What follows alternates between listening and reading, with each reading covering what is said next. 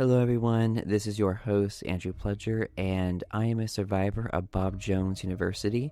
And this is Beyond BJU Exposing Fundamentalism, which is a podcast that sheds light on Christian fundamentalism in the context of Bob Jones University. The show includes survivor stories from BJU and also Bob Jones affiliated ministries like Christian day schools, camps, and churches.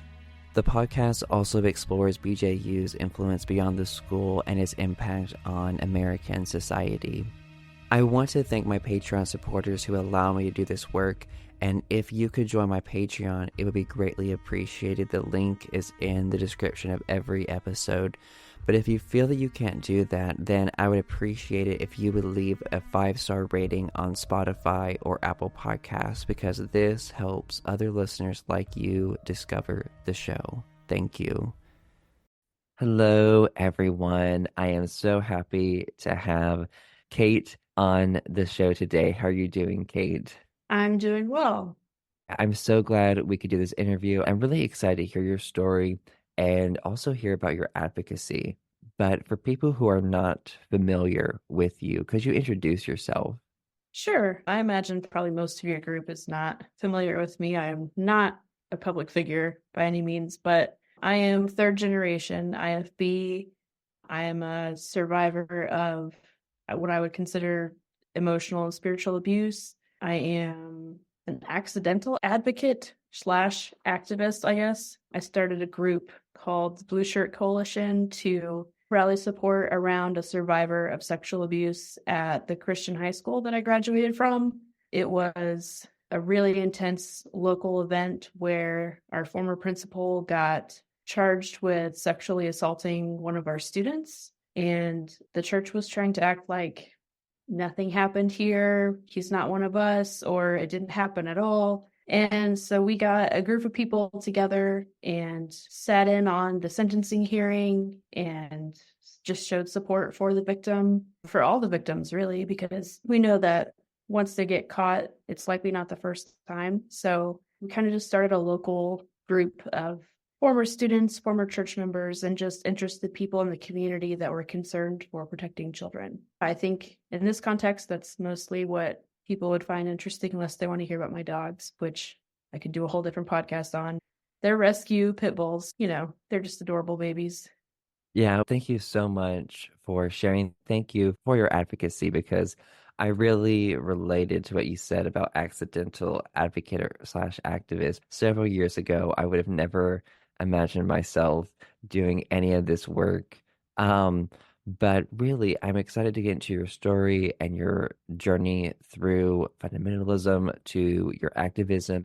Could you share a bit about your early experiences growing up in the independent fundamental Baptist movement? So digging into the church, the teaching's impacts, core experiences, and also its association with Bob Jones. Okay.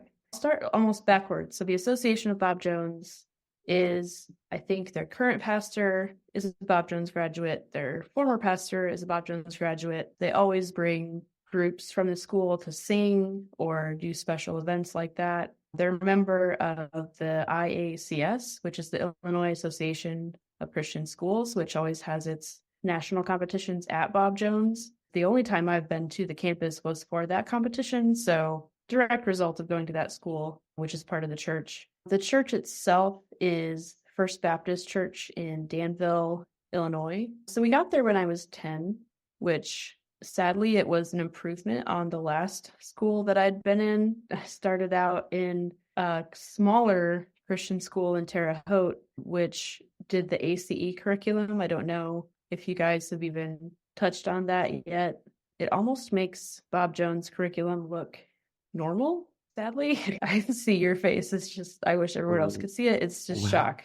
Okay, so dig into this curriculum for me a little bit. Yes. You don't have actual textbooks. You have magazine length textbooks called PACES, and you sit in your own cubicle and teach yourself, set your own goals, and go at your own pace. So there's no teachers. It's a lot easier for churches to shove a one room schoolhouse in their basement or in their extra big room. So that's what I started in, which made First Baptist look like, oh, I'm going to real school now. So, what was the name of that curriculum? That sounds like just educational neglect to me, but They should have called it educational neglect. No, it was Accelerated Christian Education, the School of Tomorrow, which super. ACE. So, we covered this a tad bit in the beginning of this podcast. That is a homeschool curriculum that was started by a BJU grad. I think Camille covers it in one of the first three Okay. episodes of this Okay. podcast. I recommend anyone listening to go back. But yes, that was started by a BJU grad. Their influence is just, it's awful. Their influence everywhere. I feel like that's important for people to remember. Okay, then you go to the Danville school. What was that like for you? That was really intimidating because I got there in fourth grade, and this was my first experience with any kind of classroom where the desks all faced a teacher and had an individual teacher. It wasn't my mom, who was our sort of teacher at the other school. So it was like, oh, this is what real school is like, which the joke was on me because it wasn't what real school was like. But I was so conditioned to think that if you had a nice building or if you had actual student desks and a chalkboard, that you were running a real school. I got there about age 10. My older siblings were in high school at the time, so they were kind of never going to be sold on whatever First Baptist was selling. But I was right at that age where like it was so much better than what I had just been through. I was like, I'm down. Whatever you guys want, I'll try. My mom got hired on as a teacher there, which was the only way we could afford to keep going. I'd say I really bought into it almost at the beginning. I was there a couple of years and all the cracks started to show. I started to see like, oh, because we're like a staff family, we're not treated like the students that can afford to pay. We're behind the scenes, we're here 7 days a week. It was so intense. And yet, the more I saw of it, the less I started buying into, oh, this is the way Christianity is supposed to be. I went from fourth grade all the way through graduation in high school. And by probably the end of sophomore year, almost all of my friends had left the school. They had all transferred out or found somewhere else to be. It was one of those things where, because I kind of like you have said in the past of how you really bought into it until you couldn't, that kind of happened to me in the sense that because I didn't buy into their version of it, but I bought into my own, like, this is more true to what we're supposed to be, and you guys don't follow your own teachings. I didn't break rules, but I was still viewed as not to be trusted. Yes, in those kinds of environments, once you start to differ in any area, you are just seen as dangerous and a threat to that organization. And it's really sad because your individuality is not allowed. Conformity is what is wanted. And I think before we move on to like the next part here, like impactful experiences in this church, First Baptist in Greenville, whether it was your salvation experience or just the atmosphere of the church or the harmfulness of some of the teachings or the control they had? I would say one of the biggest defining parts was because of the way my grandpa was an IFB pastor. He's the reason we even came to First Baptist. We were never going to be accepted as like what they were looking for. There's that paradox in the IFB. The more you separate from people, the purer you're considered to be. Yet at the same time, you need the people to come to you because that proves you're right. My grandpa's church would always be like 10 people or less. He was proud of that because he was the rough and tumble. We're going to have as few people as we need to make sure they all agree with me. And usually that was our family. So when we went to First Baptist, we were already kind of programmed to not just buy whatever they were selling because they had a nicer version of what we already had. But getting there, it kind of revealed that I'm not even sure how to describe it. The biggest rule was that children submit to adults, no questions asked. And I feel like Bob Jones has a similar subculture where it doesn't matter if you really are trying to follow the rules. It matters if you impress the right people with how submissive you are. I was just not good at impressing the right people with how submissive I was, even though I was trying so hard to be submissive. It came down to loyalty, and they wanted loyalty to the leaders, but my loyalty was to the principles. I took my faith very seriously, but that's not what they cared about. They cared about, do you suck up to the right leaders at the right times? Do you make us feel like we're doing a good job? A big thing was universal submission of children. I would say just whatever the head pastor said went. His son was also the youth pastor, and so no nepotism there at all. I'm sure it's totally fine. But it definitely raised a lot of questions as far as, like, they would butt heads accidentally, it seemed. So we had the big question of, are we Protestants? We'd hear from the pulpit, well, we're not Protestants because we're Baptists and we were never in the Catholic Church, so we couldn't have come out in the Reformation. Then you go into teen Sunday school and his son would be talking about studies and be like, this category is Protestants. That's us. And we're just like, have you talked to your dad recently? It was just stuff like that where nobody seemed to know the source material. Nobody seemed to know what the Bible actually said about stuff. They would just pick and choose little pieces to weaponize against you. So dress code was a big thing. Pretty much anyone who's been to Bob Jones has an idea of what types of things they're looking at. They just want to police women's bodies. They want to set up this false dichotomy of you're responsible for what everybody thinks about you, but also don't care what anybody thinks about you because all that matters is what God thinks about you. And why are you thinking at all? You're making this job so much harder. I'm a teacher. All I want you to do is get through my class and leave me alone because I'm underpaid. And it's just this whole sense of nobody wanted to be there at the school. Nobody wanted to be there. And you could tell that by the teachers. You could tell that by the students. You could tell the church kind of resented having the school financially on its back because there were times when they're like, we're not going to fund the school separately. It's got to stand on its own 2 feet. And yet the school is bound by all of the rules that apply to the church. So no fundraising, no this, no that. I know some of those things have changed with leadership change, but to give you an idea of how the church itself looked, business meetings were kind of just a formality, like nothing actually got discussed or decided in them. The senior pastor was kind of treated like he was a congressman in the sense that he would consider all of the pastoral staff to be his staff. So if we got a new senior pastor, every assistant pastor was supposed to like have their resignation letter ready to go because the new pastor would probably want to bring in his own guys. And yes, they were always guys. So it was very much treated like a little fiefdom in medieval times where everything was under that pastor, like the brand, but it was also a whole little cultural sub-sect, a little pocket of fundamentalism. Does that explain the church? I don't know.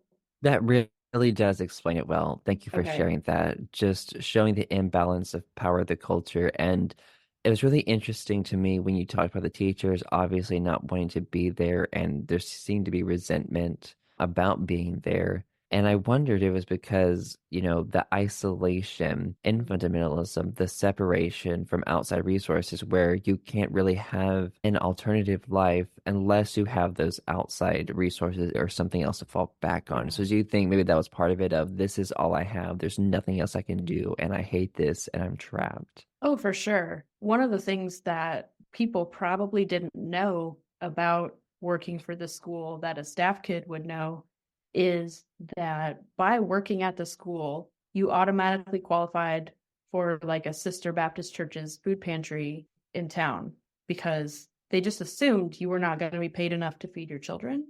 They would factor that in as, okay, you work at First Baptist? Yeah, you're automatically qualified. You can come in and shop once a month. But at the same time, you have pastors on church staff that are getting full healthcare coverage for their entire families, no matter how many kids they have. Some of them were pushing the limit of that. They'd have 6 kids, and it's, yeah, my entire family's healthcare is covered. The churches were buying houses for the pastoral staff.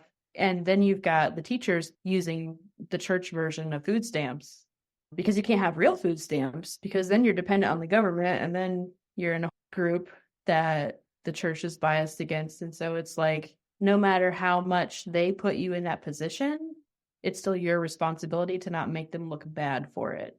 Yes, I thank you for saying that last statement. It's like, yes, we're being really shitty to you, but don't let people know we're being shitty to you. Make sure we look good and righteous and, keep a good testimony and blah, blah, blah. Yeah. Yeah. Oh my gosh. Okay. Wow. I mean, Yeah. I would lie to people about where I got like snacks and stuff because I didn't want them to know we were going to the food pantry. So like we'd get all these expired fruit cups or something, and they'd be like, "Where did you guys buy that?" I'm like, "I don't know." Like, it just showed up. Thank you for sharing that. I think that's important for people to know that exploitation of labor in these environments while the leaders are enjoying the money they're getting from these people. And the fact they didn't even want to run this school, but they still had it and they wanted it to fund itself. Anyways, oh my gosh. Okay. So, something else I'm curious to dig into are scandals at this church. Could you dig into that? You have come to the right place. We have plenty of scandals to choose from. Most of them, I should give a caveat. I'm not an expert on church abuse or church scandals or anything like that. I am literally just learning this as I go. But I am an observer. My family has been involved with First Baptist since 1998. To my knowledge, of abusers that have been convicted and sentenced of sex crimes against children, just from the time we got there until 2016, you've got 3 major staff members that were either pastoral or school leadership or male teachers. The last one of those was kind of the straw that broke the camel's back as far as we're not going to be silent about this anymore because nothing has changed in 25 years and children are still at risk. We had a high school teacher who was never convicted of any abuse at First Baptist, but he was quietly funneled away.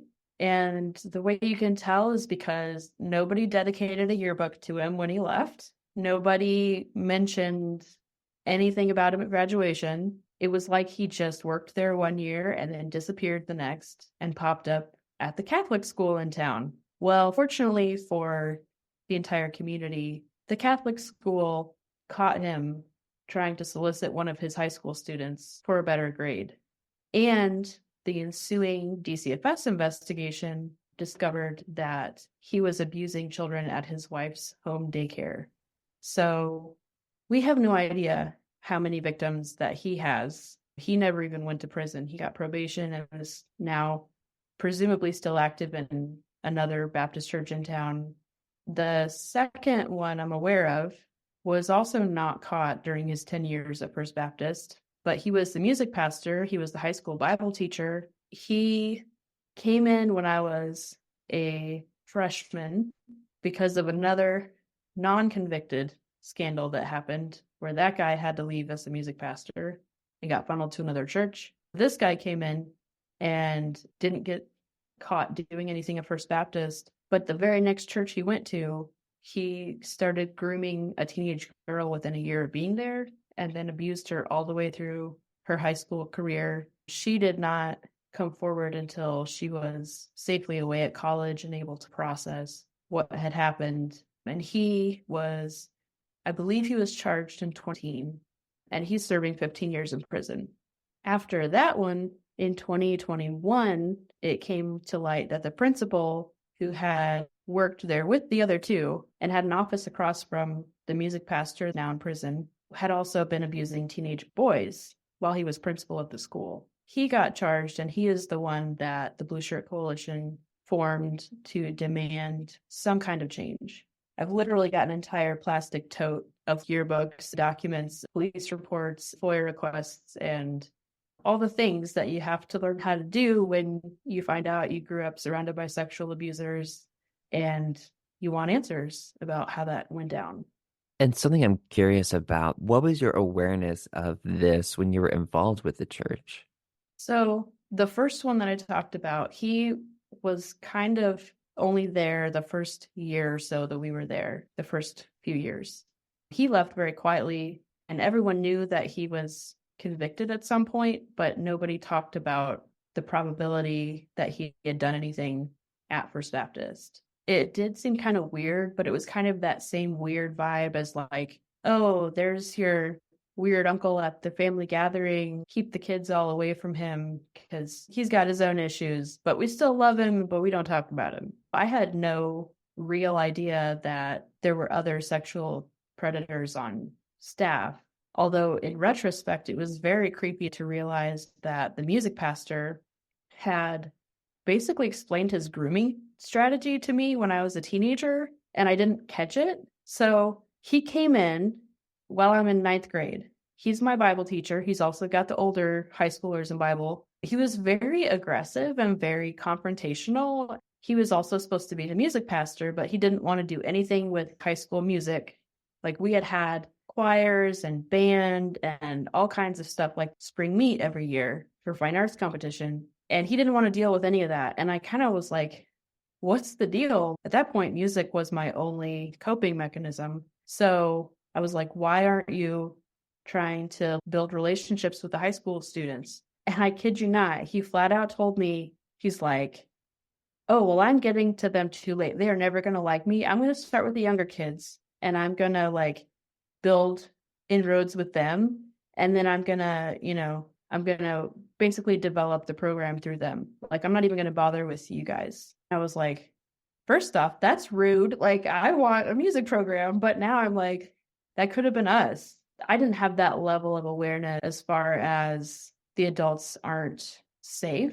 I knew they weren't emotionally or spiritually safe. Same kind of thing with the principal. My mom worked for him and she thought he was the best guy. He was the only person higher up on staff who gave any consideration about the teachers. And so she thought he was like her pastor when nobody else was. But to me, I felt like it was one of those things where no matter the fact that I'm following all the rules, I don't seem enthusiastic enough. So I'm not gonna, like, he doesn't trust me and I don't trust him. So we weren't necessarily at odds because I didn't give him any ammunition to come after me with, but we gave each other a wide berth.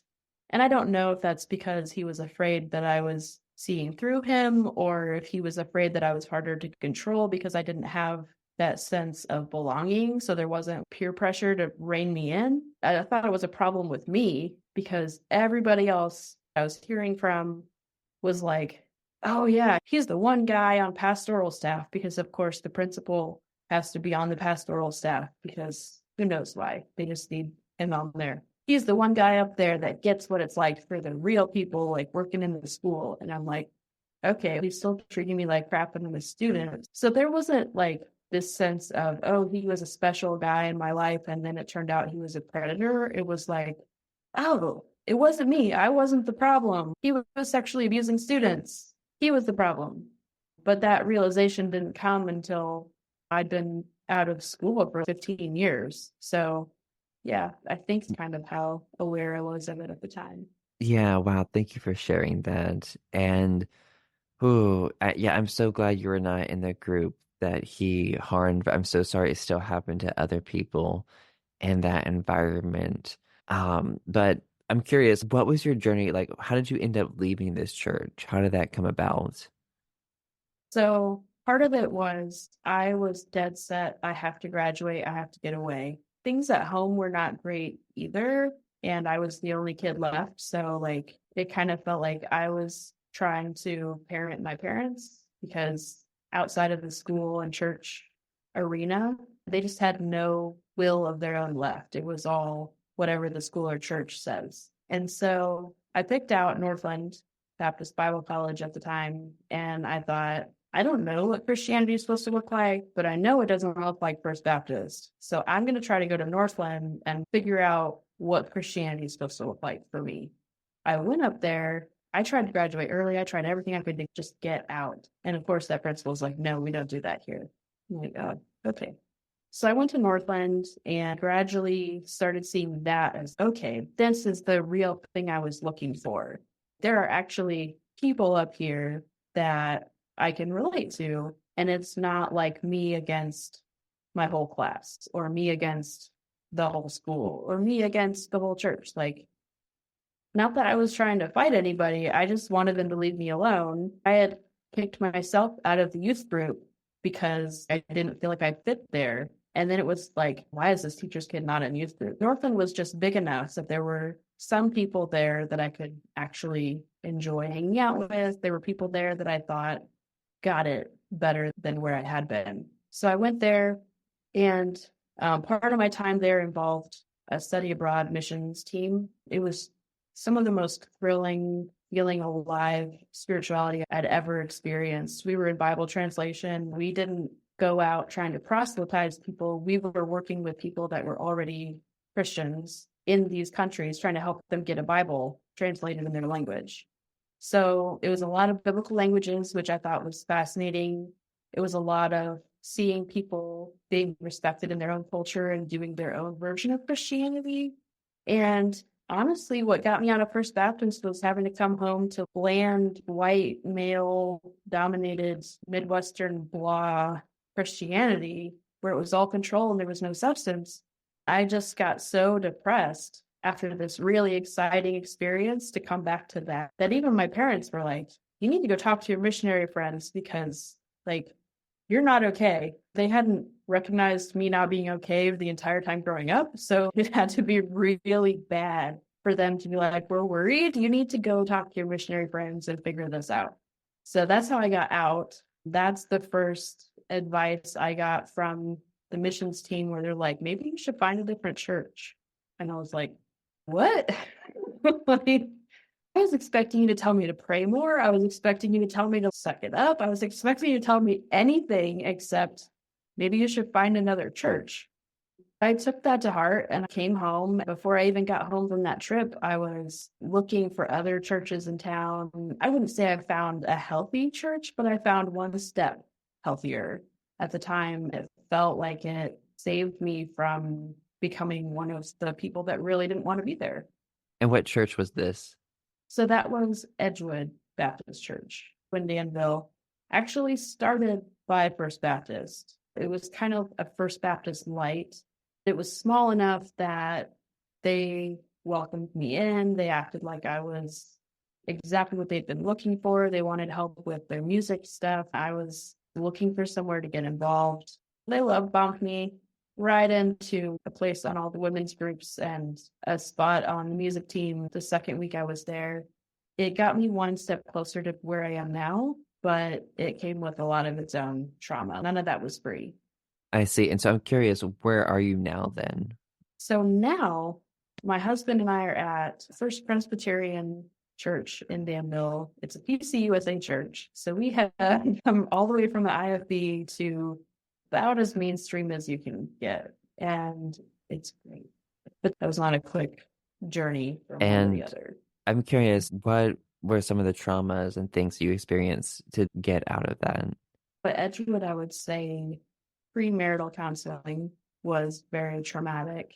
They had us using a book by Doug Wilson out in Idaho, who I had never heard of before, and who basically gave me the impression that my grandpa was right about everything. And the purpose of women was to get married and have children, and a marriage without having children was not, like, there was no point, and that men were to be the dominant person in the marriage. At one point in the actual counseling, I was horrified by this book because I thought I was at some really great, enlightened church. I was like, what is going on with this book? I didn't think we believed any of this stuff here. I think it was with the pastor who asked me what I thought marriage was supposed to look like.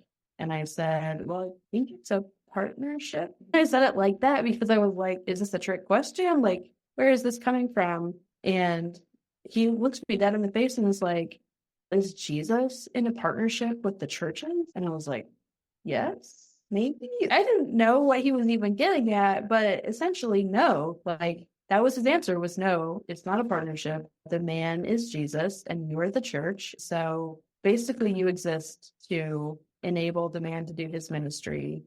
It really triggered me to the point of, I almost called off the wedding because I was so afraid. I had said from 7th to 12th grade, I am never getting married. I have seen what marriage is in this context. I'm not going to be good at it. I don't want to do it. Just don't. You can't make me. The response from my parents was at first, okay, that's funny. 5 years later, as a senior, when I still haven't dated, I still haven't shown any interest. They're like, okay, if you're not going to get married, you got to give us a graduation open house. Because I was like, I just want to be out of this place. But that's how seriously they took my I'm not getting married. So it took what seemed like a miracle to all of my family for me to come back and be like, hey guys, I'm engaged. We're actually getting married, and it's to a guy that you agree with. But that almost broke the entire relationship right from the get-go, because I'd seen what marriage looks like in my family. I'd seen what marriage looks like in my grandparents. And I was like, if that's what it is for women, then why would I sign up for that? I wanted God to keep talking to me as an individual. And I was pretty convinced, and didn't get any evidence to the contrary in marriage counseling, that if we got married, God was going to talk to my husband, and my husband was going to tell me what he said. And I was like, I have poured half of my life at this point into finding a way to let God talk to me as an individual. Why would I give that up for a guy? But thankfully, my fiance at the time and I had a very serious conversation, and that's like all the stuff they just said in there, that's not what I'm looking for. He basically reassured me that I was not marrying into my grandparents' marriage, and that he wanted an equal partner. And I was like, okay, cool, let's still do this then. We come to the engagement, but the early years of our marriage were rough. And I think a lot of that is because of the false expectations that are set up, and the the obvious lack of like sex ed or anything like that, just lack of preparation in general. Yeah, thank you for sharing that. And I'm sorry for all the damage that happened because of those teachings, but I think y'all are still together, and I think, have y'all been a lot better now? Oh, yeah. It was interesting that I think without us being married, we would not have made it out of that church. I think we made it out because both of us together looked at each other and were like, I can't do this anymore. And it's, yeah, me neither. I've been there for 3 years, but I was waiting for you to get there too. Yeah, so I see when you get out of that high control environment, you really get that chance to explore yourself. What have you really learned about yourself as you've gotten out of that environment that told you you're supposed to feel this, be this? When you let off those restraints, what have you discovered? I think part of what I already knew about myself, but I viewed it as a detriment, was that like I feel emotions very deeply. I'm very sensitive to the emotions of others. Growing up, that had always been used against me. You're too sensitive, you're too emotional, you take yourself too seriously. But I think getting out of that environment, just realizing that like my personality is not a problem. I thought in all these different circumstances and environments that I was rubbing the wrong way in every system that I entered. And I thought, that's something that's wrong with me, because obviously the system works for all these other people. So it must just be a me problem. And I think getting to this point, it's been really neat to see maybe I wasn't the problem. Like maybe I was just being who I was made to be, and I wasn't made to be there. I think that's been a huge realization for me, to see I get to decide what kind of person I want to be, instead of having to try to find my identity in Jesus and like not be a person outside of whatever crazy missionary plan I was going to be on. I get to decide what kind of person I want to be, what I want to do, who I want to spend my time with, what I want to put my energy into, what I want to put my money towards. The idea that there's actual autonomy, and not just some idea of you have to search for this right plan. And if you don't find it, it's because you didn't look hard enough. And it's like, okay, so you mean I get to write the plan? Great. I like writing. So it's kind of a relief, but it's taken a lot of years for it to be a relief, because at first it just felt terrifying to think that, what do you mean I have to decide? Can I not just figure it out and like follow whatever the plan is? No, there's no plan. There's Oh, no wow. plan. Yeah, and that can be so scary when you go from this environment where there's so much certainty around everything, do X, Y, and Z, and your life will turn out fine, which I think is not true in the IFB. They paint out this formula of do this and this, your life will be great. I don't think it really works. And I think sadly we've seen the effects of that when survivors speak up and talk about what their family was really like, what their life was really like, and what they experienced in this cultic environment. But I'm curious, what advice do you have people who are trapped in a fundamentalist church or an IFB church or a high control environment and they want to escape? They feel like there's something better, but they're really scared or they have a lack of resources or are hesitant about it. What is your advice for them?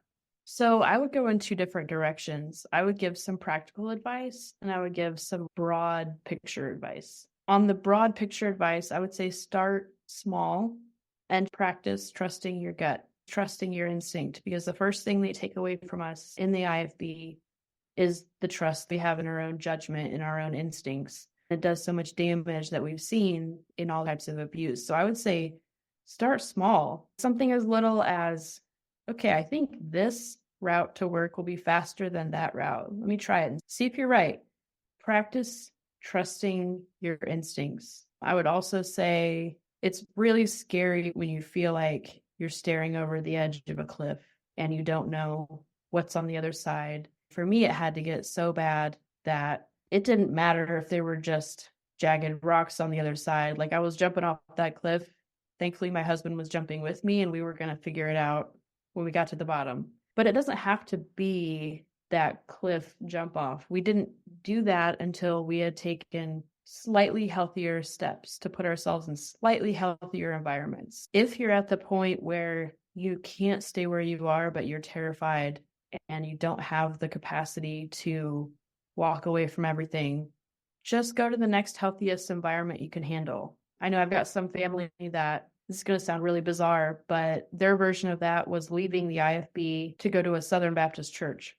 And I mean, I have all kinds of feelings about the Southern Baptist church, but I know for them specifically, it's a step towards being healthier as themselves. I know for us, it took so many steps to get to where we are now, which is exactly where we want to be, but they weren't all drastic, walk away and never look back decisions. Some of them were, I think I can cope better in this church than I can in that church because one thing is better.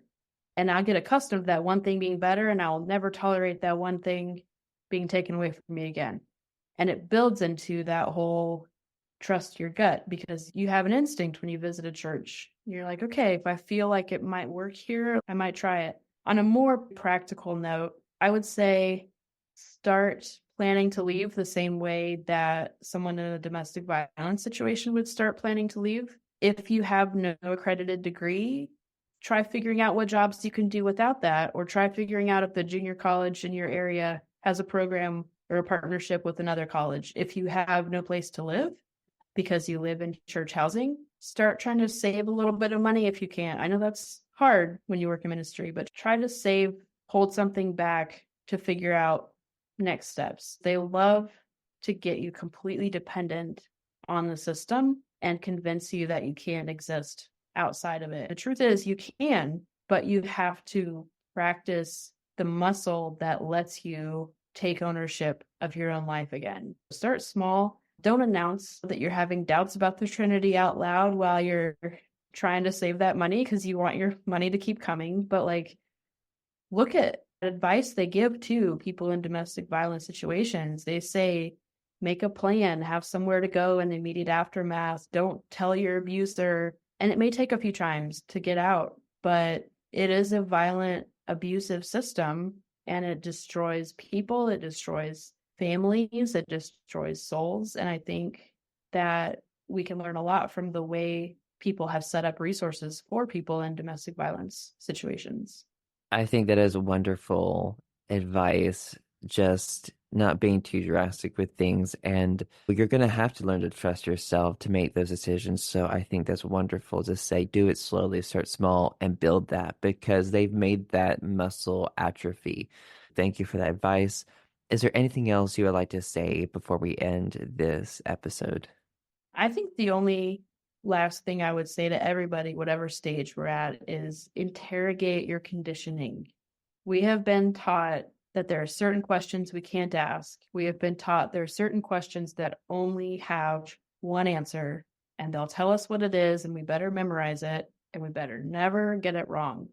But part of being healthy, growing, alive humans is questioning things and learning new things and being open to new ideas. And so when you start getting really uncomfortable when certain questions are asked, maybe look inside and go, why does this question make me so nervous? What do I think is the risk of asking these questions? And push yourself in a way that you can handle, in a way that you can be safe and maintain. But interrogate your conditioning. Don't just keep all this baggage from your past environments without questioning it. Yeah, yeah, wow, thank you for sharing that too. And I really enjoyed this conversation and I was glad I had you on. You did a great job sharing your story and really explaining the dynamics of what you grew up in and the culture that it created. But yeah, thank you for coming on the podcast today, Kate. Thank you for having me. Oh, you're welcome. And for everyone listening, thank you. And this was Beyond BJU.